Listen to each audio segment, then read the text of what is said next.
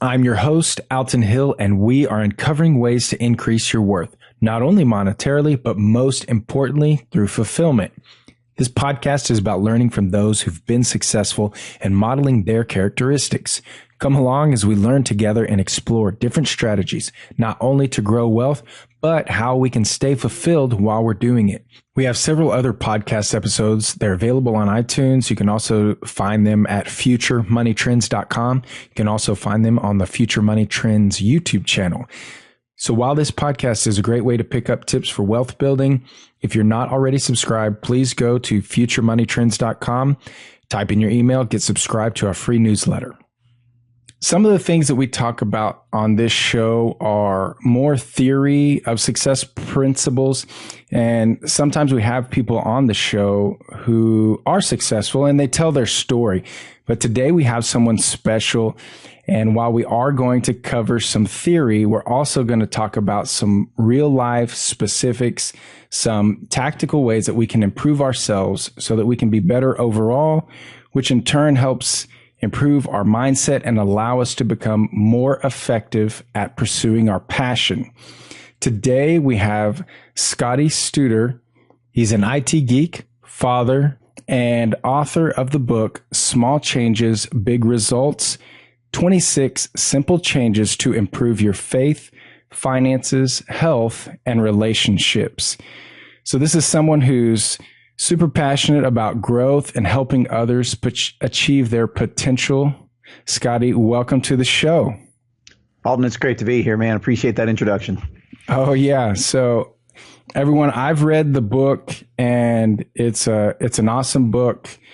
And so I've got a lot of questions that involve some of the things that you mentioned, Scotty, in the book. But before we get into some of that, I'm excited that you kind of have a technical background, which is similar to, I also have a technical background, but I want to get started with you telling us a little bit about yourself and why you decided to write this book.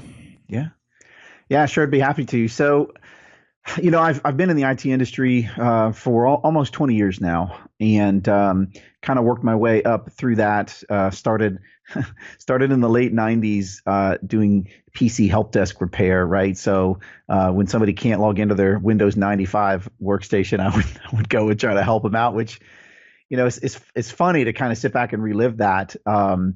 But everybody's got to start somewhere, and I was very thankful and blessed for the opportunity to have that.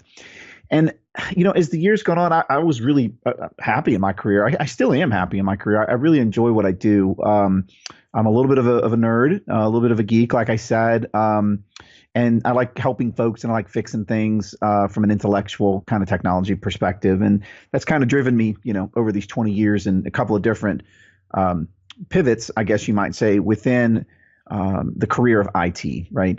And so along the way, I probably like most IT technical people, right? We're pretty subdued in our day-to-day living, right? Meaning we sit behind a chair and we fiddle around on a computer, and we might have a job that requires us to get up and go and do. But a lot of times, depending on which world of IT you're in, that might not even be the case, right? You may be pretty sedentary for a while during the day.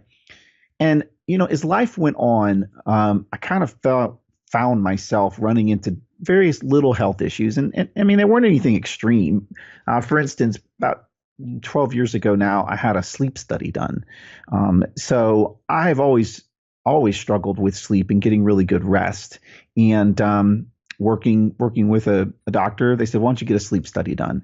And so I got that done about 12 years ago. And, that was an interesting thing because it kind of opened up what's going on inside my head a little bit. But it didn't really fix anything, right? So I tried to apply some of the changes that they recommended, which in the medical world, for instance, it was, try this particular prescription drug and see if it helps kind of thing. And I did that for a little while and then just really kind of said, this isn't for me.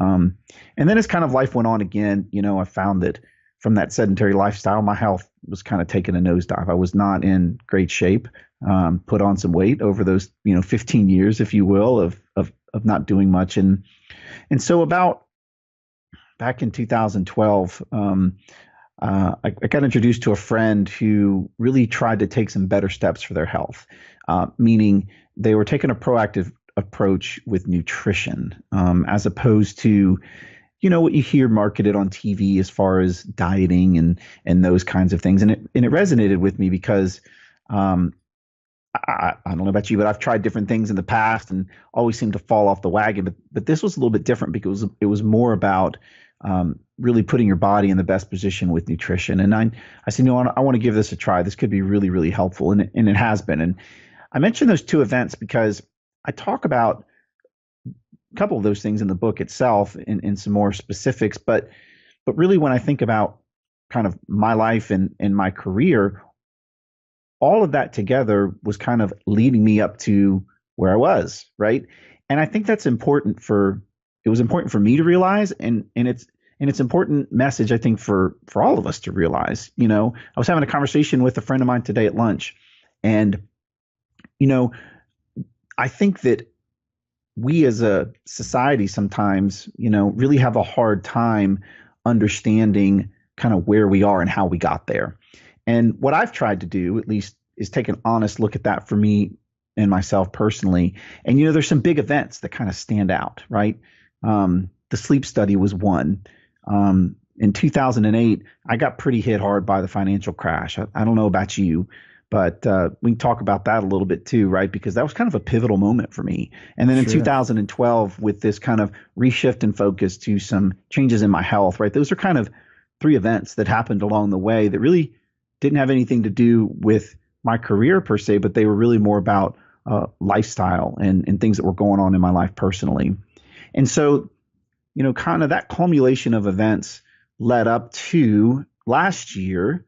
I was listening to a podcast. So again, another plug for the value of what you're doing and what so many people are doing out there with podcasts. I was listening to a podcast, and the reason I was tuned into that podcast is because the interviewer was talking to a gentleman who had started basically if you call it a nutrition company, based on on fundamentals of juicing and those kinds of things, right? And I was intrigued because I had kind of been doing some of that for the past several years. And the interview was neat. It was interesting. I learned something. And at the end of the interview, the interviewer said to the gentleman he was interviewing, he said, "Listen, this has been great. And, people really want to focus on their health. What's one simple change that they might be able to make that they could really just, apply tomorrow and maybe see some really good results from it?" And the guy said, "Well, one really easy thing to do is to, instead of starting your day with coffee or, your Diet Coke or whatever it is that you usually start your day with," he said, "start your day with a glass of fresh lemon water." He said, and then he went into all the benefits of lemon and combining it with water and starting out your day with that. And that, I kind of had that light bulb moment, if you will, right? Because I was like, I do that already. I've known about those. I wonder what other little things that I could kind of brainstorm in my own life that I've either done in the past that I got value from, or I'm currently doing, that, people might be interested in learning. And so that was really kind of the tipping point to, reliving the past, 15 years of adulthood, or almost 20 years of adulthood, and brainstorming. And so I took a couple of weeks, and I had like 70 ideas. And then I thought, well, this is great, but what can I do with this? And then the whole kind of snowball effect started kicking into place.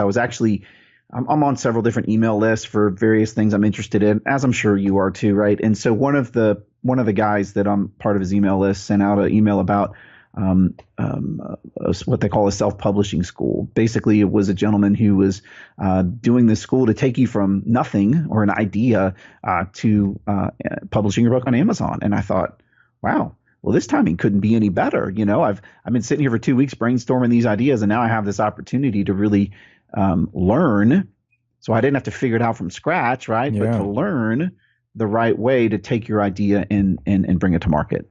And so that's what I did. I signed up for the course, and it was really, really helpful. It took me from that idea through to publishing my book in ebook in May of last year. And then ultimately the following month, I released it on audiobook. And then the following month after that, I released it in paperback version. So it was something I've never set out to do, quite frankly. I've never considered myself a writer. My joke has always been that I've married an English teacher, and I had to marry an English teacher because, if it wasn't for spell check and some other things, it'd be pretty bad if people read what I wrote. You know what I mean? But it was a really great experience and something that I'm very kind of thankful that I took a little bit of a chance and stepped out and did. So you've kind of summarized all of these things together. You mentioned meeting a friend. Was there a point in your life where you kind of recognized that you had implemented some of these things all together and you noticed that your life had changed? Or, were there any moments like that you just said, oh, wow, this is like the lemon water or whatever, that you were just like, yes, my life is definitely better now than it was?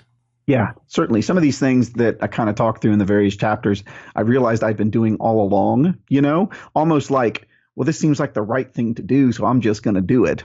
Mm-hmm. And other things, though, honestly, I've picked up over the years as my focus has changed. A lot of the health things, for example, are things that I've picked up really since 2012 in the past 5 years.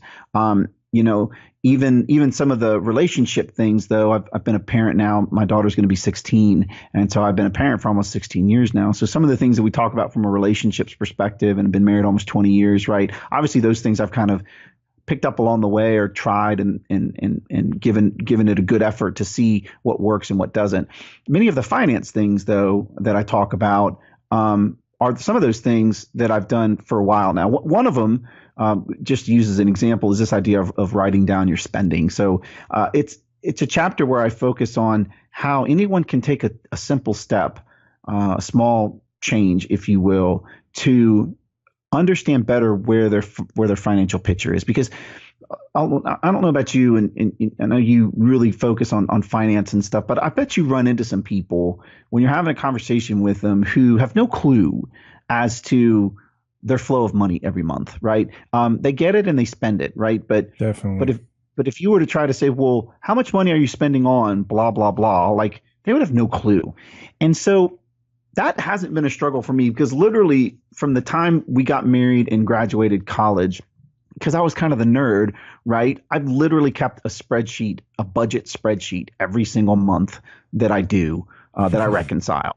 Yeah.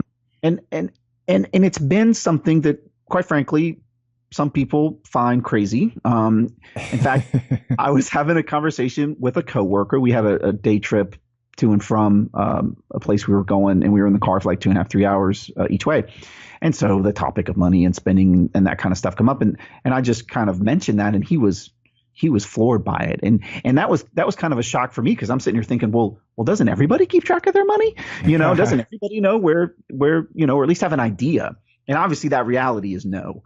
And so I just use that as a small example of writing down my spending and understanding where my money is going every single month is something that I've been doing for almost 20 years now. And I talk about why, if you're not doing that, that can be such a very simple, small, but eye-opening, kind of light bulb moment, like we talk about time in your life.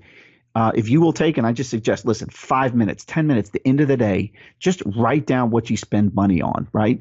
Mm-hmm. And then at the end of 7 days, you can look back and say, oh, wow, I didn't realize we spend, $100 a week in Starbucks or whatever it winds up being, Yeah. Between the two of us every morning getting our, it doesn't need to be called Starbucks. It needs to be called $5, right? Because it's basically what you're going to dish out every time you go through the drive-through. So, it's little stuff like that can add up. And writing down spending, I think, can be very eye-opening for people. And it's something that I've been doing for, like I said, almost 20 years now.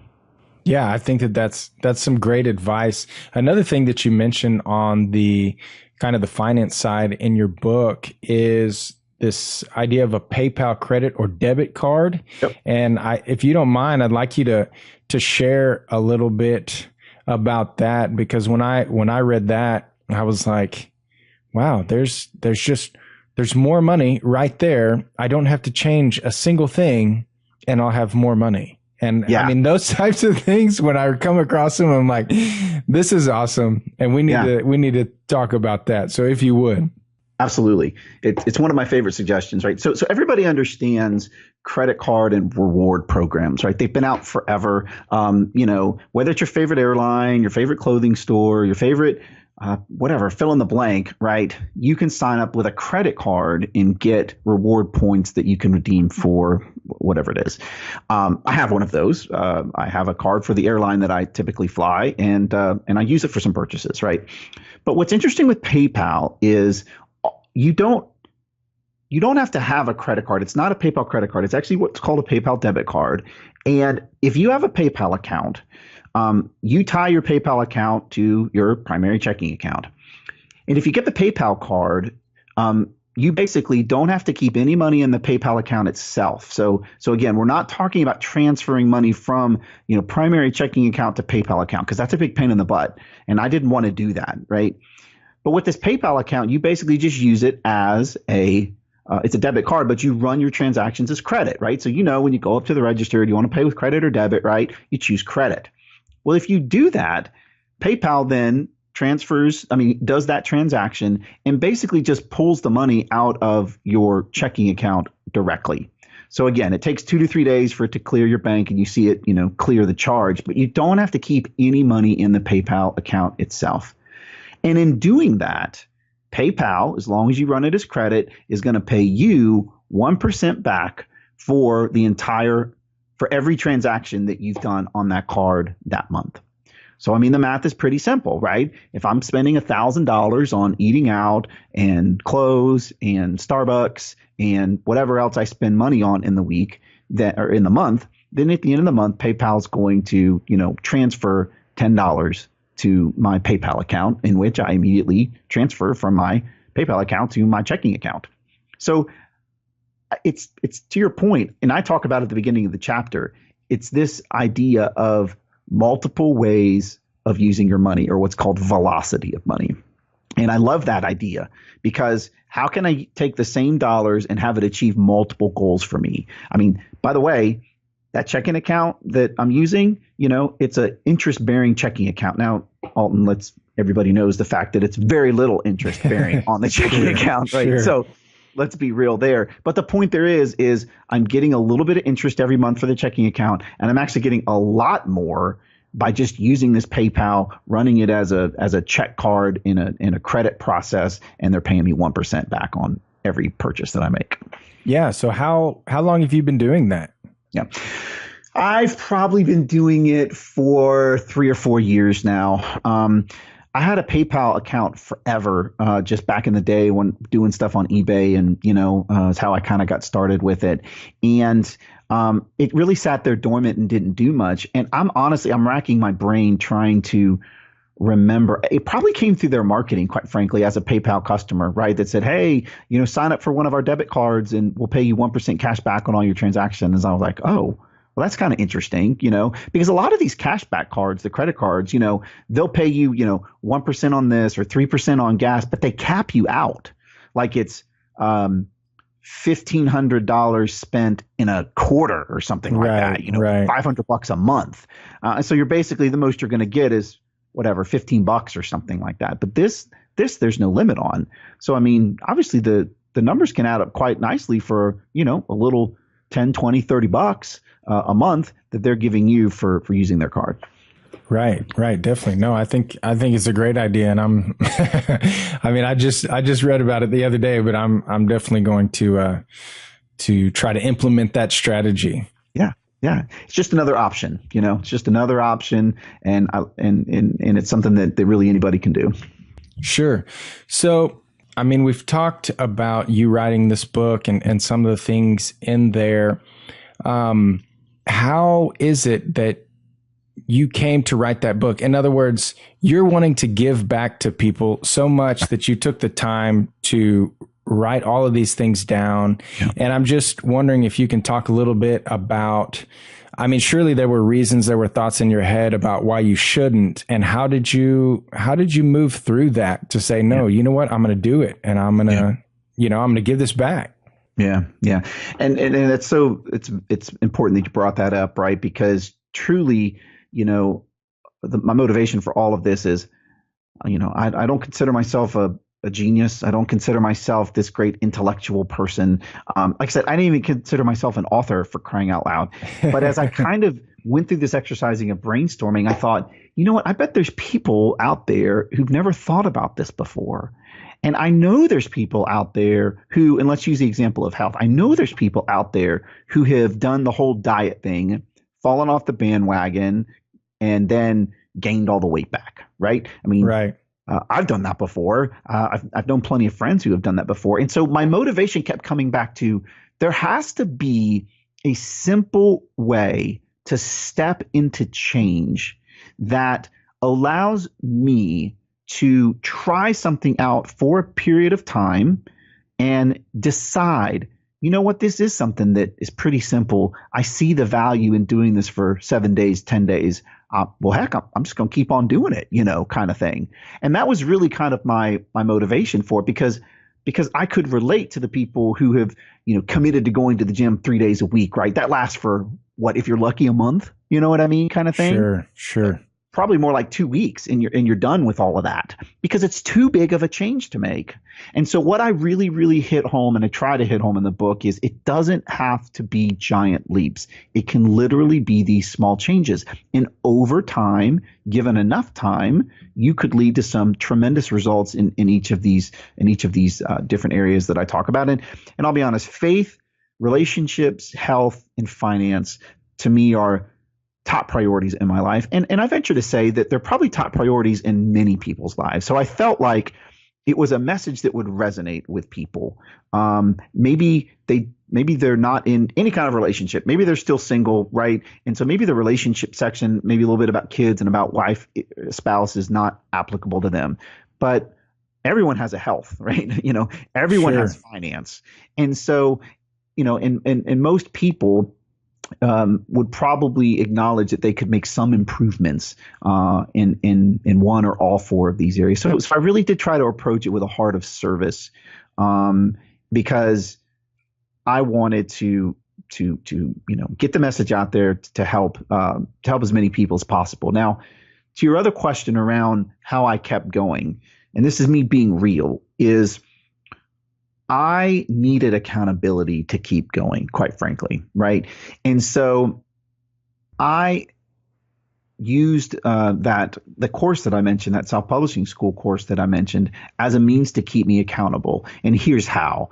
I spent money. I don't know about you, but when I lay down money, it's a motivator for me to not feel like I'm wasting, those resources, right? So that was motivation one, is Scotty, if you're going to commit to doing this, and if you're going to lay down this money for this, then you're going to commit to doing this. And that was motivation one. Motivation two was, as a part of the course, they basically give you a weekly kind of checklist of things that you should be working on, right? And they have videos and all kinds of stuff to kind of keep you moving forward. And so that was great for me, the little tech nerd who likes to check boxes. I'm a box checker, right? So if I can check boxes and feel like I'm taking steps forward, that keeps me moving and keeps me motivated. And then the third piece of it was I was able to work with a coach who's been there, done that throughout this process. So he's was an established author, knew a lot of the gotchas and how to get over some of the walls, and was motivating, and was encouraging and those kinds of things. So I don't know if that's what everybody needs, but it's what I needed. You know what I mean? Sure. And I truly don't think that I could have done what I was able to do without that resource. And I guess the larger point here for me to make about this is, if you really have something that you want to get accomplished. I mean, I was fired up about this. I was excited about it. You can find resources out there to really help move you forward if that's what you need. It's what I needed, if I didn't do something like this, I probably would have thought about this and considered it and maybe brainstormed some more, but the mountain would have seemed too high to climb. I needed a way to kind of take the steps, up the mountain, if you will. So that's what worked for me, and that's how I did it.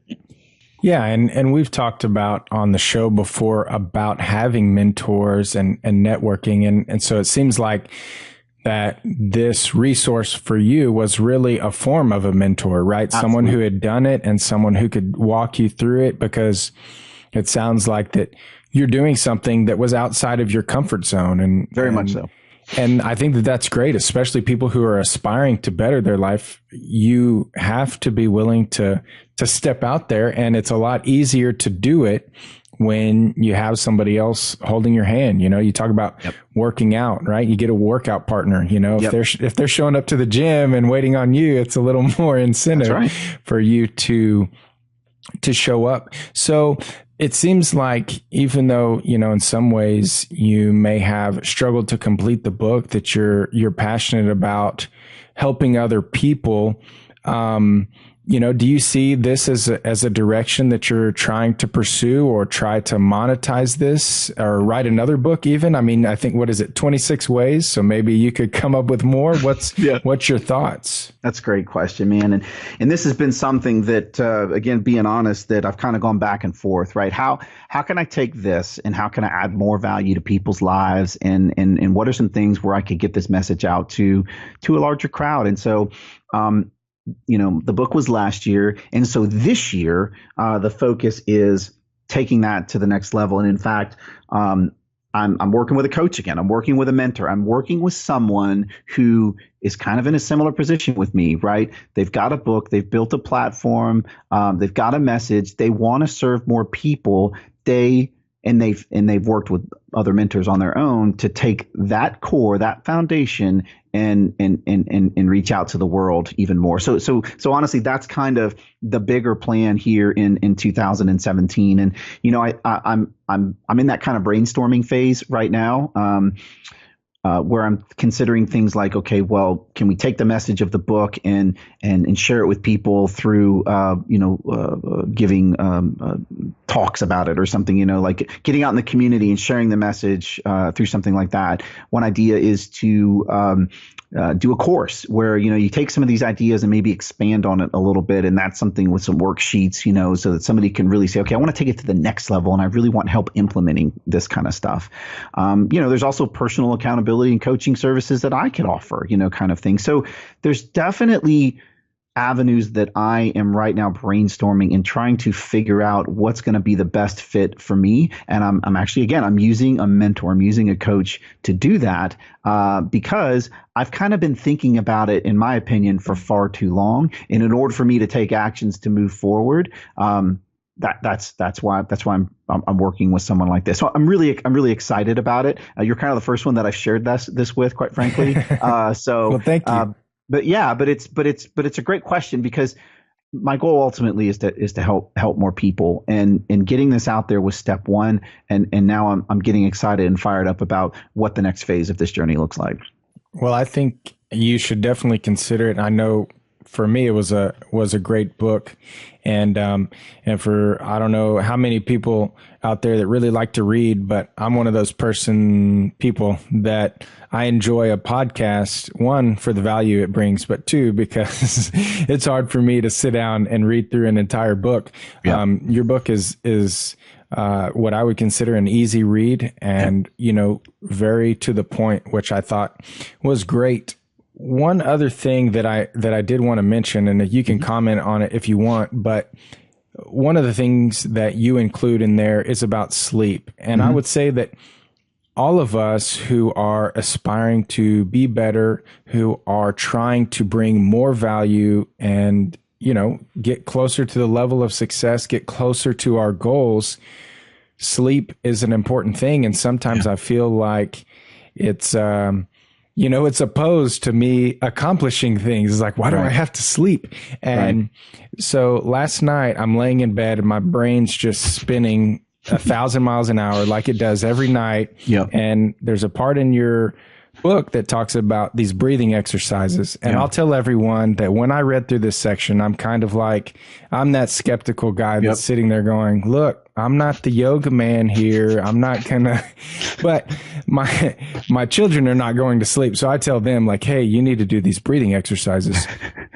And, they're just like, okay, Dad. Yeah. And then so last night I'm laying in my bed and I kid you not, I'm like, well, I may as well try this. Yep. And I'm like on the fourth breath and then I'm out, which means it took me all of 25 seconds and I fell asleep when I thought I was going to lay there for an hour or have to get up and go do something. Yep. And so I just wanted to communicate that to everyone. If you're listening, that's awesome. Like the things in your book and why I'm like, this almost sounds like a plug for your book, which it wasn't intended to be. But after I've read through it, I felt like there's so much value. I had to shift some of my questions and talk more about it because it really is small changes, big results. Yeah. And so anyway, I know I kind of went on there, but, sleep is vital. And you talk about a lot of different ways that you can get the sleep. And I think it's great. Yeah, well, it's been something I've struggled with, right? I mentioned that earlier. Sleep is something that I've always desired and wanted, but my mind, my body, kind of to your point, it didn't always cooperate. So my story is one where I'd fall asleep on the couch at night with the TV on, right? Man, I would be out. And then I would get up out of the bed or get up off the couch, brush my teeth, whatever, go get in the bed and then lay there for 30, 45 minutes. I don't know how long, quite frankly. I'd have to turn the clock away sometimes because when I roll over and I'm still awake and I look at the clock, I'm like, oh my goodness, I still have 6 more hours, to get through the night. So sleep has always been a struggle for me. And the sleep studies that I did were interesting, but they weren't really conclusive. And quite frankly, they didn't really help me in any regard. And so again, a lot of this was trial and error. To your point, I'd never really heard of the breathing exercises before, but I'd read about it. And I thought, let me give it a try. And now I didn't have the success that you did. I'll be perfectly honest with you. I think that's a freaking awesome testimony that you just shared around that, right?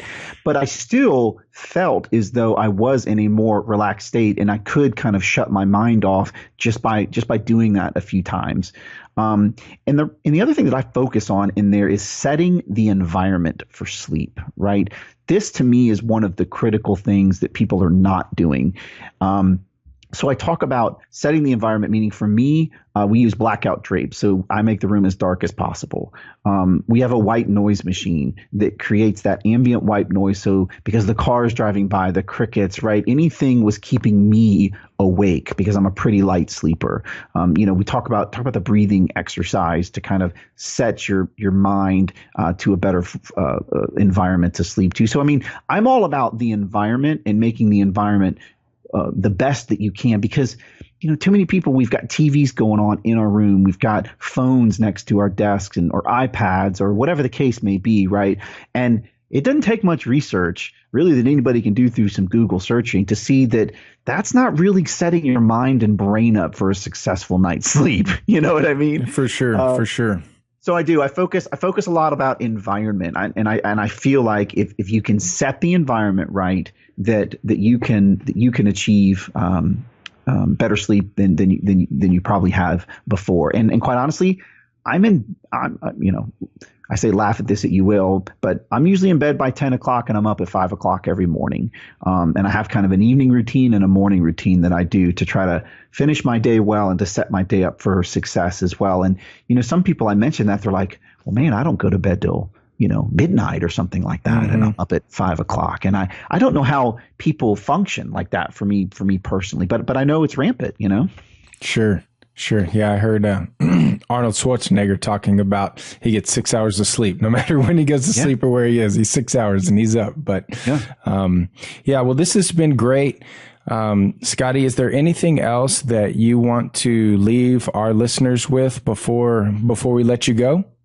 Well, listen, I appreciate the opportunity. I enjoy sharing these ideas. I enjoy, helping people hopefully come to the realization that, again, it doesn't take giant leaps. It doesn't take, big commitments. You really, really can. And the book gives 26 ideas. And the reason I did 26 is, my suggestion is try to adopt one a week. If it doesn't work for you, then stop doing it, kind of thing, right? But if you adopt these 26 changes, that's 6 months, 26 weeks, half a year.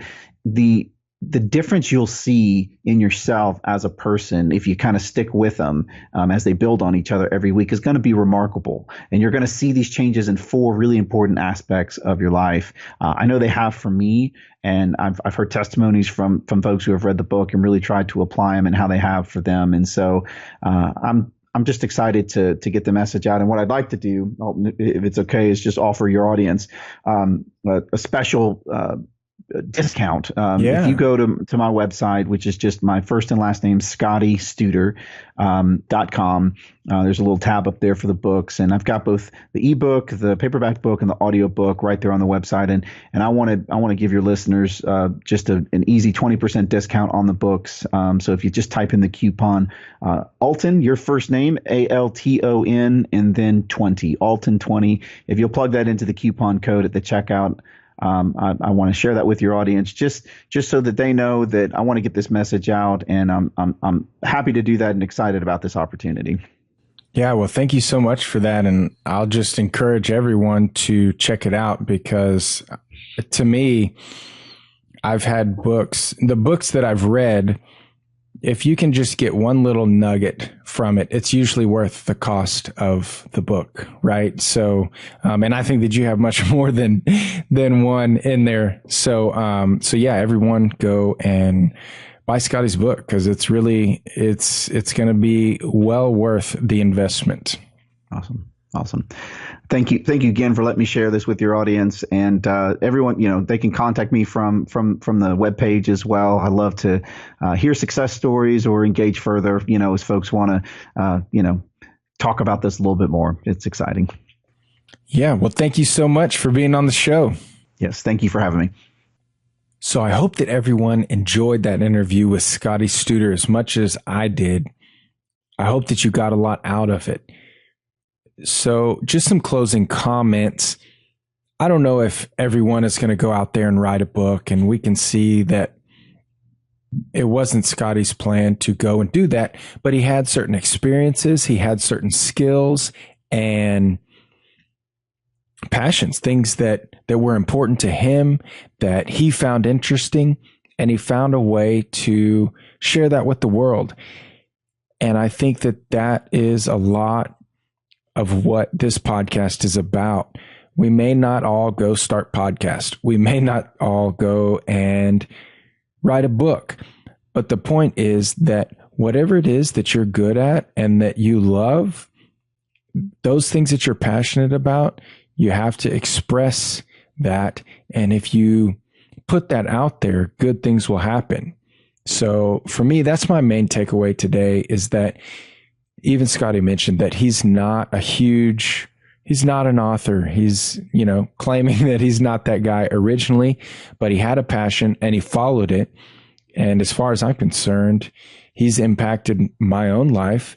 And I'm sure many of y'all's who are listening, who will read his book or just from the interview and implement the things that we talked about, it will change your life. And so if you are able to focus on following your passion, you can have that same impact. And I believe that if you're following that passion, that the money will follow. Thank you so much for listening. Thank you for subscribing, commenting, leaving your feedback. Please reach out to me. Tell me what you think. If you have any questions for our mailbox mashup, feel free to get those over to me. Alton at futuremoneytrends.com.